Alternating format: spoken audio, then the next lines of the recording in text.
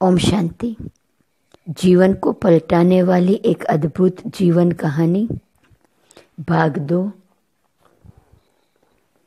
Paper number 30, page number 218 से 235। चमार। बाबा कहते, लोग यही समझते हैं कि जो मनुष्य चमड़ा से संबंधित कोई भी कार्य करता है, जूते बनाता है, चमड़े के बक्से बनाता है, चमड़ों को धोकर सुखाता है और उन्हें रंगता है, वह चमार है। वह निकृष्ट अथवा अशुद्ध काम करने वाला निम्न जाति अथवा शूद्र जाति का पुरुष है। परंतु यदि ज्ञान चक्षु से देखा जाए तो वास्तव में आज सभी लोग चमार हैं, क्योंकि सभी एक दूसरे को चमड़ी की दृष्टि से देखते हैं, अर्थात काला है या गोरा, सुंदर है या कुरूप, युवा है या वृद्ध, नर है या नारी, इस दृष्टि से व्यवहार करते हैं। ब्रकुटी में बैठी हुई जो आत्मा है, उसकी ओर तो किसी का ध्यान ही नहीं जाता। अतः देह रूपी चमड़े को ध्यान में रखते हुए जो कार्य व्यापार कर रहे हैं, उन्हें आप क्या कहेंगे? वे भी तो एक प्रकार के शूद्र ही ठहरे। वे चमड़े के ही भोग विलास में लगे हुए हैं। सच्चा ब्राह्मण अथवा सवर्ण वह है जो कि चमड़े की दृष्टि से ऊपर उठकर सबको आत्मिक दृष्टि से देखता है। कसाई अथवा जल्लाद। बाबा कहते, कसाई का धंधा बहुत बेरहमी का धंधा है। कसाई और जल्लाद दोनों ही जीव हत्या के दोषी हैं।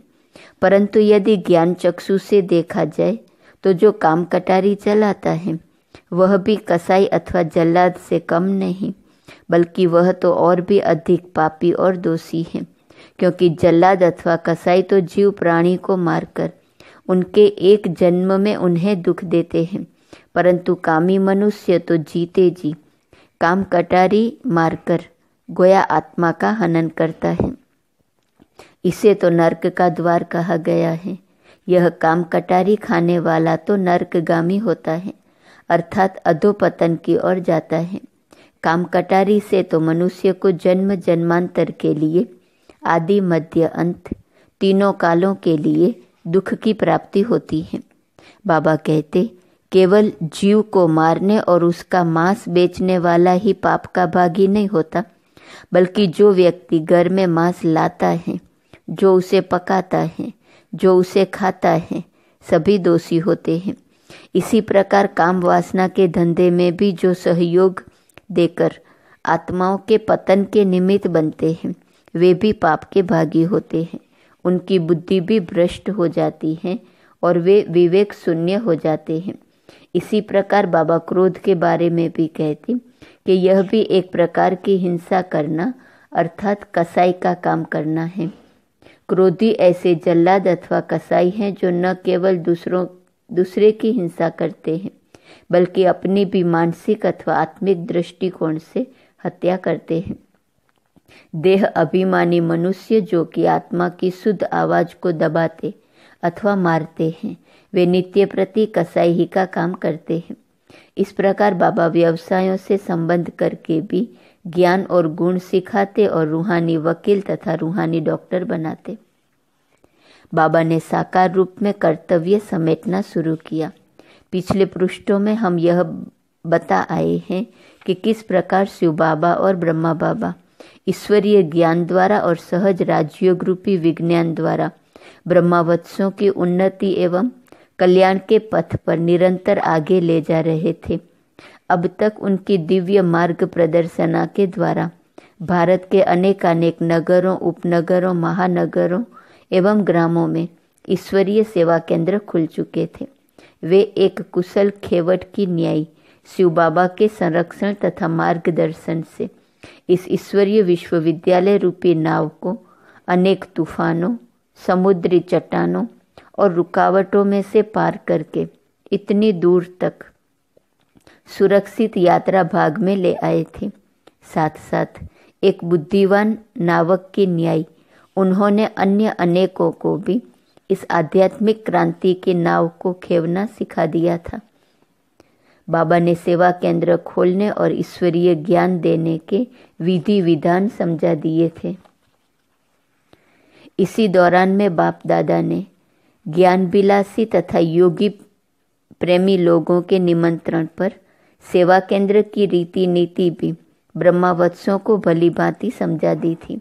सेवा केंद्रों पर जन जन को इस शिक्षा से लाभान्वित करने की विधि और कृति भी उन्होंने ब्रह्मा कुमारियों को, जो कि ईश्वरीय ज्ञान के शिक्षा कार्य में निमित्त हैं, भली प्रकार सिखा दी थी। सेवा केंद्र पर आए जिज्ञासु से प्रथम बार क्या बातचीत की जाए, उसमें किस प्रकार प्रश्न पत्र भरवाया जाए, किस प्रकार उसे 3 पिताओं की बात सुनाते हुए परम पिता का परिचय दिया जाए और शिव बाबा से मिलने वाली दिव्य विरासत की खुशखबरी उसे दी जाए, किस प्रकार उस व्यक्ति की आत्मचेतना को जगाया जाए, कैसे उसे देह से न्यारेपन और शांति का अनुभव कराया जाए और परम पिता से उसका संबंध जोड़ दिया जाए। ये सब विधि विधान भी बाबा ने भली भांति सिखा दिए थे। कल्याण कार्य में प्रवृत्त रहते हुए भी किस प्रकार दिव्य मर्यादा का पालन किया जाए, यह रूहानी पाठ भी बाबा ने पढ़ा दिया था। बाबा ने जिज्ञासुओं के प्रति शुभ भावना और शुभ कामना की रीति नीति भी समझा दी थी। बाबा कहते, किसी भी जिज्ञासु को ईश्वरीय ज्ञान को सुनाना शुरू करने से पहले स्वयं मधुर ईश्वरीय स्मृति में स्थित हो जाओ और फिर उसे आत्मिक दृष्टि से देखते हुए ज्ञान दो। उसे शिव बाबा द्वारा भेजा हुआ मानकर तथा उसे भी परम पिता का एक वत्स जानकर उसे देह अभिमान रूपी दलदल से निकालने की कोशिश करो। बाबा समझाते, उस आत्मा को ईश्वरीय ज्ञान देते देते ईश्वरीय स्मृति में स्थित करने का प्रयत्न करो।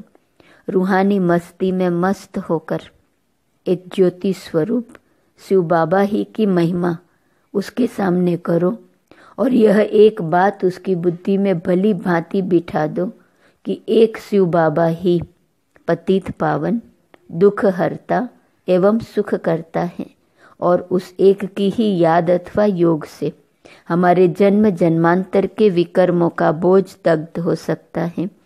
उसे ऐसे समझाने के दौरान स्वयं अपने मन में प्रेम पूर्वक रीति से शिव बाबा से कहो, बाबा इसकी भी बुद्धि का ताला खोलो, किसी तरह यह भी माया के पंजे से निकलकर आपका बन जाए और सुख एवं शांति का अविनाशी खजाना प्राप्त कर ले।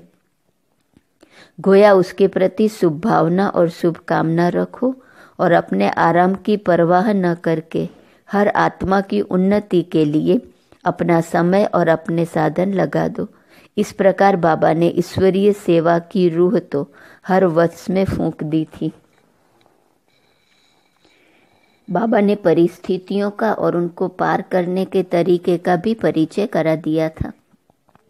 ईश्वरीय सेवा में क्या क्या परिस्थितियां सामने आती हैं और उन्हें कैसे कैसे पार किया जाए अथवा उन द्वारा कैसे संस्कार परिवर्तन किया जाए।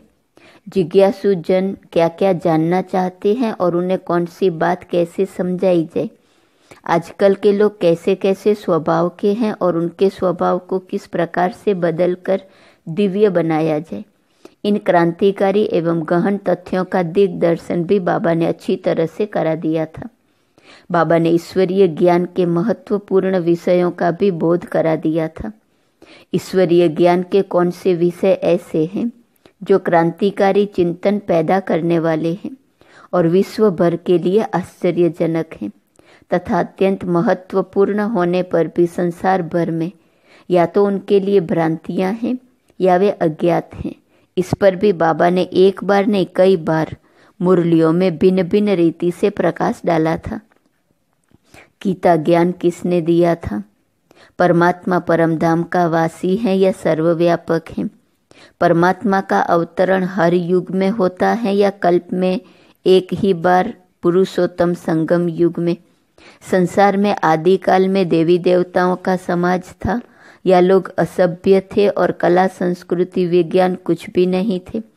मन और बुद्धि आत्मा से अलग हैं या आत्मा की ही अविच्छिन्न योग्यताएं हैं?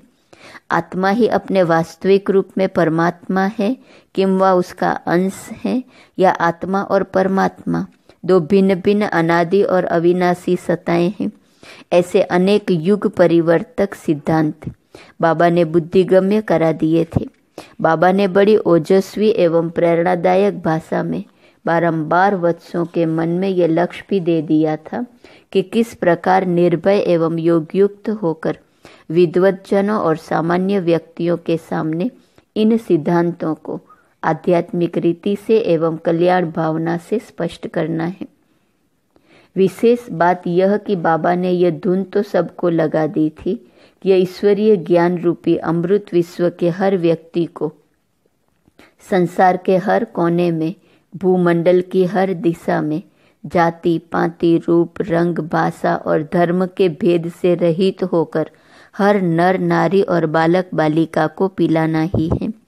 पुनश्च बाबा ने यह भी समझा दिया था कि विश्व का एक भी व्यक्ति ऐसा नहीं छोड़ना है जो इससे बिल्कुल अपरिचित रह जाए अथवा जिसको इस ईश्वरीय यज्ञ में पधारने का सस्नेह निमंत्रण न मिला हो।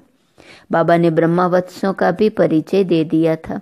किस किस ब्रह्मावत्स में क्या क्या विशेषताएं हैं अथवा किन किन कमियों को जीवन मार्ग से दूर करने के लिए क्या क्या पुरुषार्थ करना चाहिए, इस सब का परिचय भी बाप दादा ने दे दिया था। हर एक वत्स को बेहद की सेवा करने और बेहद की बात सोचने की युक्ति भी बाबा ने डाल दी थी। किसी भी परिस्थिति को लेकर मनुष्यात्मा का कैसे कल्याण किया जाए, उसे तन मन धन द्वारा ईश्वरीय सेवा करने के कैसे निमित्त बनाया जाए, हर मनुष्य को किस प्रकार सम्मान स्नेह और सद्भावना से चलाया जाए, शिक्षण प्रशिक्षण और प्रशासन का कार्य तथा अपनी उन्नति के लिए क्या अभ्यास या पुरुषार्थ किया जाए, इसका भी विस्तृत बोध बाबा ने करा दिया था। व्यवहार एवं सहयोग संबंधी संहिताएं समझा दी और बाबा ने उन्हें व्यावहारिक रूप से पालन करने का अच्छा खासा अभ्यास भी करा दिया। अब तक ब्रह्मावत्सों ने बाबा की निगरानी में शिक्षण एवं प्रशिक्षण में रमणीकता पूर्वक चर्चा परिचर्चा प्रश्नोत्तर संवाद वाद विवाद परिसंवाद गीत संगीत शिष्टता पूर्वक हास्य विनोद ज्ञान गोष्ठी के लिए स्नेह मिलन अल्पाहार या ब्रह्मा भोजन खेल पर्यटन के दौरान भी आत्मनिश्चय में स्थित रहना, इन सभी का स्थान और महत्व प्रैक्टिकल में समझ लिया था। बाबा ने प्रचार और प्रसार के साधनों का भी बोध करा दिया था। समाचार पत्र रेडियो टीवी इत्यादि प्रसार साधनों के द्वारा किस प्रकार यह ईश्वरीय संदेश जन जन तक शीघ्र पहुंच सकता है और चित्रों इत्यादि के माध्यम से लोग किस प्रकार गूढ़ विषयों को भी भली भांति समझ सकते हैं, इस पर भी बाबा ने काफ़ी बल दिया था और इसका कुछ प्रैक्टिकल कार्य कराया था। बाबा द्वारा आध्यात्मिक शिक्षिकाओं के प्रशिक्षण के लिए शिक्षा स्थान का निर्माण भी संपन्न हो चला था। उन दिनों मधुबन में एक अभूतपूर्व वातावरण था। थोड़े ही बहन भाई मधुबन में निवास करते थे। उन दिनों बाबा ब्रह्मा कुमारी कन्याओं के लिए जो प्रभु समर्पित होकर ईश्वरीय ज्ञान प्रदान करने की सेवा में तत्पर होना चाहती थी, उनके लिए प्रशिक्षण कार्य के लिए पांडव भवन के उत्तर पश्चिमी भाग में आवास एवं प्रशिक्षण भवन बनवा रहे थे। उस भवन का निर्माण कार्य काफ़ी हद तक समाप्त हो चुका था। बाबा सेवा केंद्रों से आने वाले वत्सों को बड़े स्नेह से वहां ले जाते और दिखाते कि ये शिक्षिका प्रशिक्षण अर्थात टीचर ट्रेनिंग के लिए बनवाया जा रहा है। बाबा पांडव भवन में नवनिर्मित स्थानों के नाम भी ऐसे रखते जिससे कि वहां रहने वालों को जीवन निर्माण के कार्य में प्रेरणा मिलती। बाबा ने अपने निवास स्थान के सामने वाले स्थान को नाम दिया हवाई महल अथवा एरोप्लेन। उसमें रहने वाले इसी चेतना में रहते थे कि वे इस कलयुगी धरा पर न होकर फरिश्तों के समान रूहानियत में उड़ान भरते रहते हैं। प्रशिक्षण स्थल के एक भाग को बाबा ने नाम दिया था इंद्रप्रस्थ। इसमें रहने वालों के मन में यह भावना बनी रहती थी कि वे पांडव हैं, अर्थात धर्म एवं नैतिकता का ध्वज फहराने वाले तथा आसुरीयता का साम्राज्य समाप्त करने वाले हैं। अब बाबा कार्य विभाग सौंपते जा रहे थे। अब ऐसा लगता था कि बाबा सभी वत्सों को उनकी योग्यता के अनुसार कार्य विभाग सौंपते जा रहे थे। नई सतयुगी सृष्टि की स्थापना के लिए मानो बाबा ने अपनी आध्यात्मिक ज्ञान वाटिका और पवित्र बीज तैयार कर ही लिए थे। पिछले लगभग 30-32 वर्ष ज्ञान अध्ययन, योग अभ्यास, सेवा साधना और दिव्यता के उत्कर्ष में लगे रहने के सुमधुर फल स्वरूप ब्रह्मा कुमारी बहनों का एक सबल संगठन बन चुका था, जिसमें हर ब्रह्मावत्स की अपनी अपनी कलाएं निखर आई थी और इस ईश्वरीय परिवार के सन्मुख हर वत्स थोड़ा बहुत प्रत्यक्ष था। अब इस ईश्वरीय विश्वविद्यालय का विरोध भी ठंडा पड़ चुका था और जन समुदाय ब्रह्मा कुमारी बहनों की पवित्रता, प्रभुनिष्ठा, सेवा में तत्परता, स्नेह की उत्तमता, संगठन की सुदृढ़ता और इनकी लगन, त्याग और तपस्या से तीव्र गति से प्रभावित होता जा रहा था।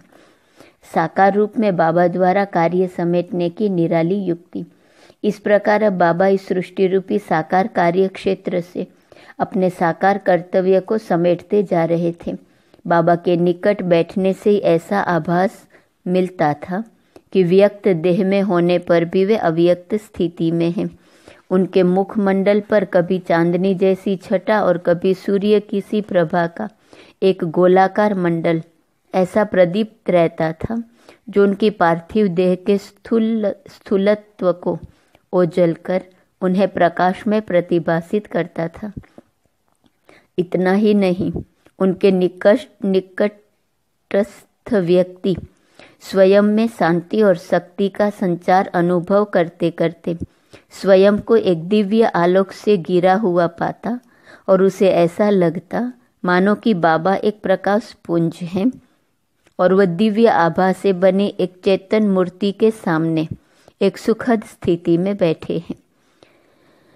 उन्हीं दिनों बाबा ने ब्रह्मा कुमारी मनमोहिनी जी, जो उस समय सेवा स्थानों की नियंत्रिका को विभिन्न प्रदेशों में ईश्वरीय विश्वविद्यालय के सेवा केंद्रों के भ्रमण के लिए भेज दिया था, ताकि उन्हें हर एक सेवा केंद्र की गतिविधि का और वहां आने वाले विद्यार्थियों का निकटता से परिचय हो जाए।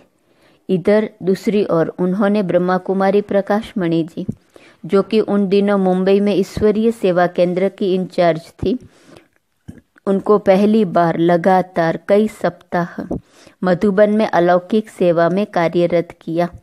इसके दौरान उन्होंने ईश्वरीय सेवा के प्रशासन कार्य की उन्हें विशेषतया सूझबूझ दी और समर्पित वत्सों तथा सेवा केंद्रों पर आने वाले जिज्ञासु जन के पुरुषार्थी जीवन का भी किंचित परिचय देते गए। इन्हीं दिनों बाबा को सेवा केंद्रों से जो पत्र प्राप्त होते, बाबा उन्हें भी दिव्य गुणों की धारणा के लिए उनके सामने उच्चतम आदर्श रखते और हर परिस्थिति में उन्हें एक रस रहने की तथा शिव बाबा की याद में लवलीन रहने की ताकीद करते। जैसे कि पहले कहा जा चुका है, उन्हीं दिनों ब्रह्मा कुमारी दादी मनमोहिनी जी इलाहाबाद गई थी और दादी प्रकाशमणि जी, ब्रह्मा कुमारी संतरी जी, ब्रह्मा कुमारी ईसु, ब्रह्मा कुमारी संदेशी, ब्रह्मा कुमारी लच्छू, भोली दादी, ब्रह्मा कुमारी जवाहर, ब्रह्मा कुमार आनंद किशोर, ब्रह्मा कुमार विश्वरतन, ब्रह्मा कुमार चंद्रहास तथा अन्य भी कुछ भाई बहन पांडव भवन में अपने अपने कार्य को संभाले हुए थे। नित्य की न्याय प्रातः और सायंकाल बाबा ज्ञान मुरली द्वारा सबको आध्यात्मिक लाभ देते रहते। विश्व के इतिहास में एक अत्यंत महत्वपूर्ण दिन, परंतु 18 जनवरी सन 1969 का दिन प्रातः बाबा का शरीर रूपी रथ कार्यक्षमता के यथापूर्व स्तर पर नहीं था। रक्त शर्करा में आधिक्य तथा हृदय को प्रभावित करने वाले अन्य कुछ शारीरिक लक्षण प्रकट हो गए थे। तथापि बाबा की आध्यात्मिक स्थिति योग युक्त, आलोक युक्त और मधुर थी। उनके चेहरे से ऐसा प्रतीत नहीं होता था कि उनकी शारीरिक अस्वस्थता अधिक उग्र है। अतः यद्यपि डॉक्टर को बुलाया गया था, तथापि बाबा का मन पूर्ववत प्रफुल्लित और तन स्वशासित था, जिसको देखकर बाबा ने निकटस्थ वत्सों को बाबा के शारीरिक स्वास्थ्य की समस्या बहुत ज्यादा चिंताजनक प्रतीत नहीं होती थी।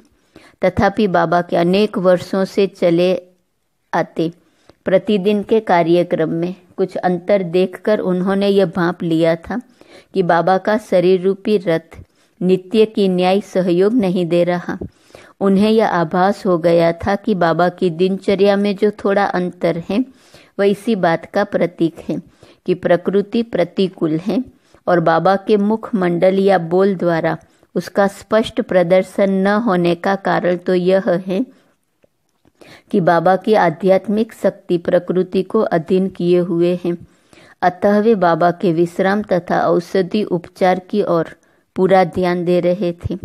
परंतु जब उन्होंने अन्य ब्रह्मावत्सों को सूचना देने का संकल्प किया तो स्वयं बाबा ने ही उन्हें रोक दिया और मुस्कुराते हुए कहा, बच्चे बाबा तो ठीक ठाक हैं, कोई फिक्र की जरूरत नहीं, ड्रामा पर स्थित रहो। तो भी ब्रह्मावत्सों ने अनुनय विनय करके उस दिन बाबा को यह स्वीकार करा ही लिया कि प्रातः क्लास बच्चे स्वयं कर लेंगे। फिर भी अथक सेवाधारी, विश्व कल्याणकारी, महादानी, वरदानी, रहमदिल बाबा ने उस दिन क्लास के समय के बाद कुछ समय लगाकर सेवा केंद्रों से आए हुए सभी पत्रों का उत्तर लिख दिया और यथार्थ पूर्व के पांडव भवन में निर्माण कार्य के निरीक्षण पर भी गए और मुख्य मिस्त्री तथा निमित्त वत्स ब्रह्मा कुमार चंद्रहास को निर्माण कार्य संबंधी आदेश निर्देश भी दिए। फिर बाबा ने सायंकाल नित्य क्लास के समय से पहले ही क्लास कराने की प्रेरणा प्रकट की। तदनुसार सभी ब्रह्मावत्स जल्दी जल्दी भोजन करके मधुबन के इस छोटे हॉल में एकत्रित हुए जिसे बाबा ने बड़े चाव से बनवाया था। तब मधुर मुस्कान लिए हुए बाबा ने उस हॉल में प्रवेश किया। क्लास में आने की प्रेरणा के पीछे बाबा का अवश्य ही कुछ रहस्य रहा होगा। कम से कम वत्सों ने यह तो सोचा ही होगा कि अब बाबा का शरीर रूपी रथ ठीक है, तभी तो बाबा क्लास में आए हैं। बाबा का भी तो यही प्रयत्न था कि बच्चे उनके शरीर के बारे में निसंकल्प हो जाए और ईश्वरीय स्मृति में ही टिके रहे। संसार में कई लोग तो ऐसे होते हैं जो अपनी शारीरिक व्याधि का बखान कर सन्मुख मिलने वाले व्यक्ति से कहते रहते हैं और असुविधा, कष्ट, क्लेश की धुन छेड़ देते हैं। और यहाँ बाबा के पुरुषार्थ की यह पराकाष्ठा थी कि इतनी वृद्ध आयु में भी शरीर पर क्रांति तथा बाबा की सीधी बैठक को देखकर उनके मुख द्वारा ज्ञान चर्चा सुनकर कोई उनसे पूछने की हिम्मत ही नहीं कर सकता था कि उनका स्वास्थ्य कैसा है, बल्कि उनकी बोलचाल और मधुर चितवन को देखकर अच्छे स्वस्थवान व्यक्ति भी मंद मंद से लगते थे।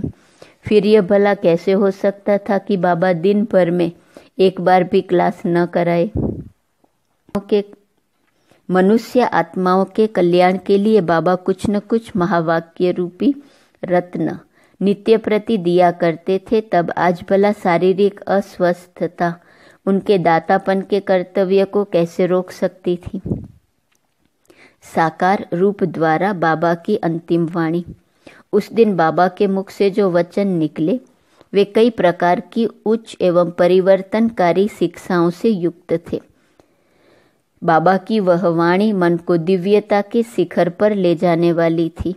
उनमें से दो बातें तो विशेष रूप से थी जिन पर आचरण करने से मनुष्य के लिए सुख और शांति के खजाने खुल जाते हैं। बाबा ने बहुत ओजस्वी शब्दों में समझाया था कि निंदा करने वाले के प्रति भी कभी घृणा नहीं करनी चाहिए, बल्कि जो आलोचना करके हमारी कमियों की ओर हमारा ध्यान खिंचवाता है उसे हमें इस ज्ञान पथ पर अपना एक मित्र मानना चाहिए, क्योंकि ध्यान देने पर ही तो हम उन कमियों को समाप्त कर अपने उच्च लक्ष्य तक पहुंच सकेंगे। बाबा ने उस वाणी में यह भी समझाया था कि पर चिंतन पतन की जड़ है और आत्मचिंतन उन्नति की सीढ़ी है। इस प्रकार बाबा की महान शिक्षाओं को सुनकर सब उन्हें अपने मन से कोटि कोटि धन्यवाद दे रहे थे। परंतु उस समय किसी को क्या मालूम था कि साकार ब्रह्मा के मुख द्वारा शिव बाबा के इस कल्प में वे अंतिम बोल थे। किसी ने सोचा तक भी नहीं था कि चतुर सुजान बाबा साकार रूप में अपने सब कार्यों को पूर्ण करते जा रहे हैं। अंत तक किसी को भी बाबा ने ऐसा आभास नहीं होने दिया कि अभी थोड़े ही समय में विश्व के इतिहास में एक अत्यंत महत्वपूर्ण वृत्तांत पटाक्षेप होने वाला है और अनायास ही एक विचित्र घटना घटने वाली है। साकार रूप में विदा। हुआ यह कि रात्रि के लगभग 8:45 बजे थे। तब बाबा क्लास करा के अपने कमरे में लौटे। यह वही कमरा है जहां आजकल बाबा का ट्रांसलाइट का चित्र रखा हुआ है। चारपाई बिछी हुई थी तथा गद्दी बनी हुई है। बाबा के साथ साथ दादी प्रकाशमणि जी, ब्रह्मा कुमारी संदेशी और ब्रह्मा कुमार विश्वरतन आदि भी लौटे थे। बाबा आकर अपनी चारपाई के बाजू पर बैठे ही थे कि वे कुछ लंबी लंबी सांस लेने लगे। उन्होंने अपना एक हाथ छाती पर रखा था, जिससे लगता था कि हृदय की गति में कुछ शिथिलता आ रही है, और दूसरा हाथ दादी प्रकाशमणि जी के हाथ में दिया। ब्रह्मा कुमारी संदेशी ने कहा, बाबा बाबा क्या हो रहा है?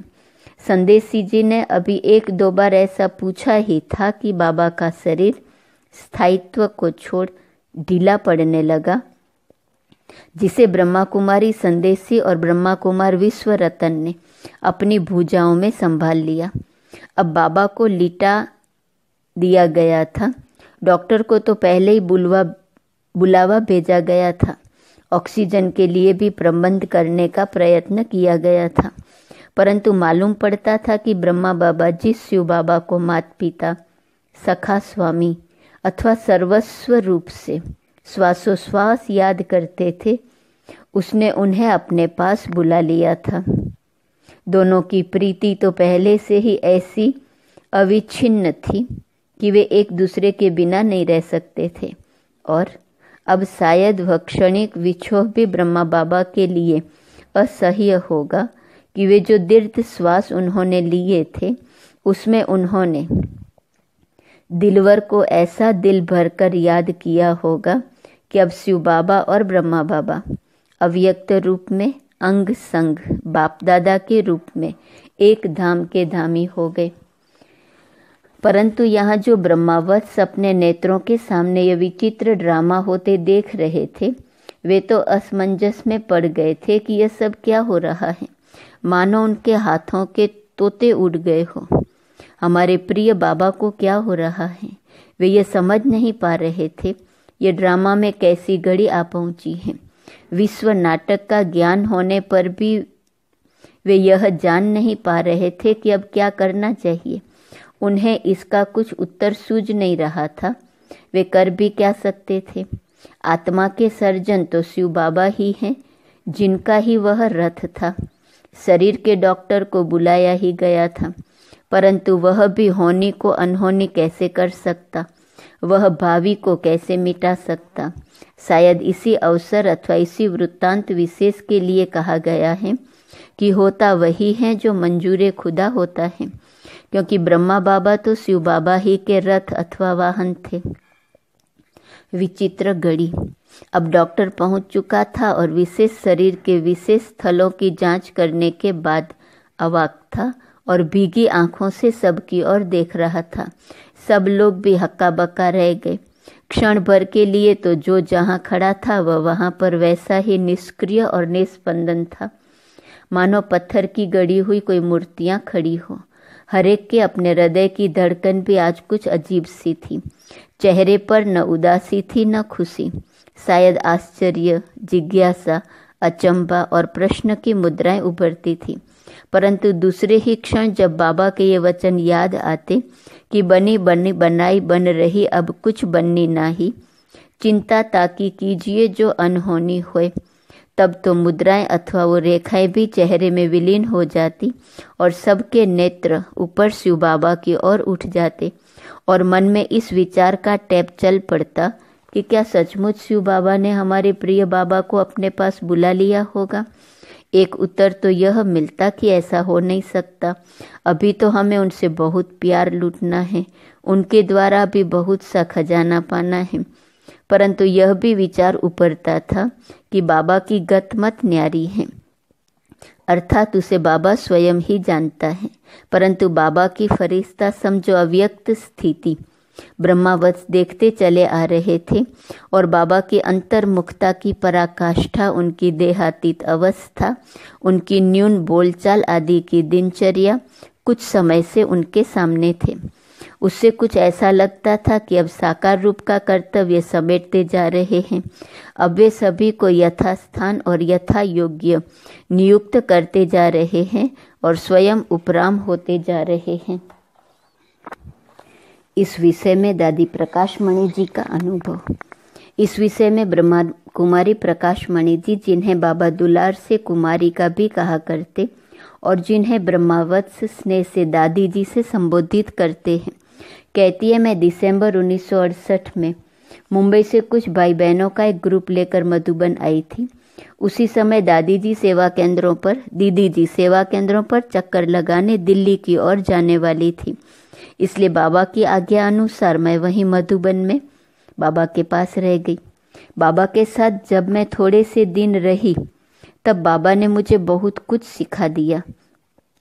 उदाहरण के तौर पर मैंने देखा कि बाबा जब किसी भी बच्चे से मिलते हैं तो वे थोड़े से ही शब्दों में उनकी समस्याओं को हल करके उसके मन को हल्का कर देते हैं। मैंने उनसे यह कला सीखने की कोशिश की। उन्हीं दिनों बहुत निकटता से मैंने यह भी देखा कि बाबा यज्ञ के कार्य करते हुए भी सदा उपराम नजर आते थे। ऐसा लगता था कि निराकार शिव बाबा सदा ही उनके तन में विराजमान हैं। परंतु अब मैं समझती हूँ कि ऐसा इसलिए महसूस होता था कि वास्तव में साकार बाबा ही अव्यक्त हो चुके थे, वे संपूर्ण फरिश्ता बन चुके थे। मैंने यह सीखने का यत्न किया कि कार्य करते हुए भी मैं उपराम रहूं। बाबा ने मुझे एक हफ्ते में ही बहुत कुछ सिखा दिया। पार्टियों को बाबा की भाषणा कैसे देनी है, यज्ञ को पूर्णतया कैसे संभालना है, हर बच्चे की स्थिति पर कैसे ध्यान रखना है, सब यज्ञ वत्सों को कैसे संतुष्ट करना है, आदि आदि बातों पर बाबा ने मेरा ध्यान आकर्षित करवाया। बाबा के साथ रहते हुए मैंने बाबा के जीवन से अत्यधिक उदारता और राजाओं जैसी शालीनता सीखी। मैंने बाबा से कार्य व्यवहार में रहते हुए उपराम रहने की कला सीखी। बाबा ने मुझे क्या नहीं सिखाया, सिखाया ही नहीं। उन्होंने वरदानों से मुझे इतना सजाया कि आज भी बाबा के वे चरित्र मेरे नयनों में बस रहे हैं। एक दिन बाबा ने मुझसे कहा, कुमारी का, अगर बाबा एक तरफ बैठ जाए तो तुम यज्ञ को संभाल सकती हो? मैंने बड़े ही फखुर से उत्तर दिया, हाँ बाबा, क्यों नहीं। मैं तो बाबा की हम पर हुई मेहनत का फल बताना चाह रही थी।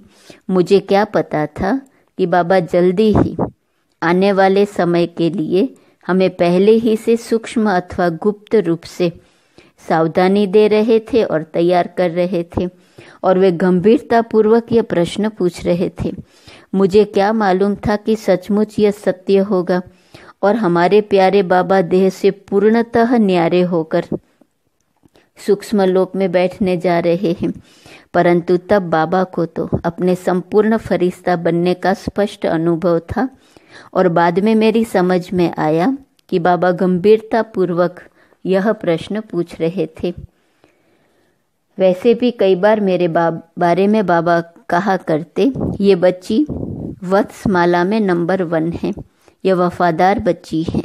वे यह भी कहते, यह बाबा की संपूर्ण पवित्र कन्या है, यह सच्ची आज्ञाकारी बच्ची है, यह बड़ी नदी है।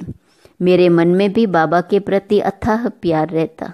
मैं सदा ऐसे ही सोचती थी कि मुझे बाबा की श्रीमत पर पूर्ण रीति से चलना है, उनसे कुछ भी छिपाना नहीं है। और मुझे सदा यह भी उमंग रहता था कि मैं बाबा की आशाओं का चिराग बनकर रहूं। अतः मैंने उसी भावना से बाबा के प्रश्न का उत्तर दे दिया था। स्पष्ट है कि चतुर सुजान बाबा गुप्त रूप से सब तैयारी कर रहे थे। शिव बाबा की युक्तियां तो निराली होती हैं। अतः वे दोनों इस प्रकार से कार्य करते रहे कि कार्य भी वांछित स्तर तक पहुंच जाए और बाबा के अव्यक्त धाम जाने की तैयारी का अधिक पता भी न चले, ताकि कोई हलचल न हो। बाबा की इस युक्ति की चर्चा हम 18 जनवरी के वृत्तांत के बाद करेंगे। पहले यह सुन लेते हैं कि दादी प्रकाश मणि जी, जो इस संक्रांति काल में उपस्थित थी, वे उसके विषय में आंखों देखा क्या वृत्तांत सुनाती हैं। ओम शांति।